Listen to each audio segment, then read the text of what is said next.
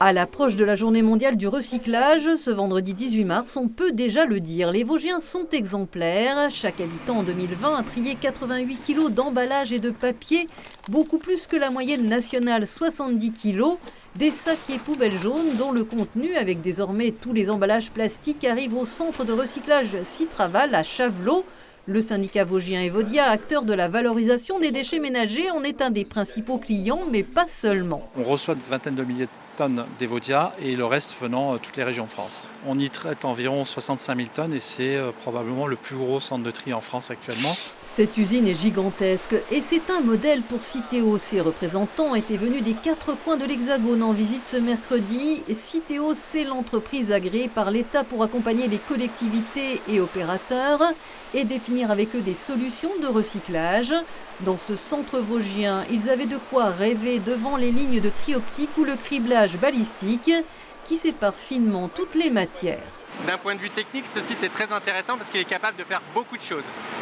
D'accepter des collectes qu'on appelle multimatériaux, donc ça veut dire avec des emballages en mélange, uniquement des emballages qui sont en plastique puisqu'ils ont une ligne dédiée sur les plastiques et ils peuvent gérer aussi des flux qui ne sont uniquement que papier. Le centre de Chavelot est encore amené à se robotiser, mais les petites mains resteront indispensables. Ça, c'est le tapis du papier.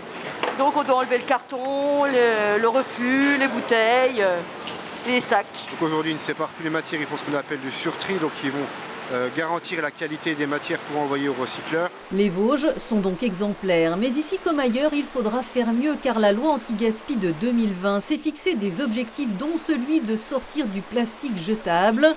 Ce fléau pour l'environnement, des emballages complexes demandent un traitement chimique. Les bioplastiques sont aussi une voie d'avenir car rien ne se perd, tout doit se transformer et cela va se concrétiser bientôt, notamment dans le Grand Est. Carbios, qui est une entreprise française, une start-up qui va s'installer à Lons-la-Ville. Donc eux vont travailler sur un recyclage chimique dit enzymatique. D'autres projets sont en cours. Une grande usine qui a été annoncée par le président Macron dans le cadre du plan Choose France, qui s'appelle Eastman, qui est un américain, qui doit investir 850 millions d'euros en France pour créer une solution de recyclage chimique. La loi anti-gaspi entend d'ici 2025 recycler en France 100% des plastiques. Pour l'heure, on n'arrive qu'à 28%. Bien loin des taux affichés par le verre, 85% et 64% pour le papier carton.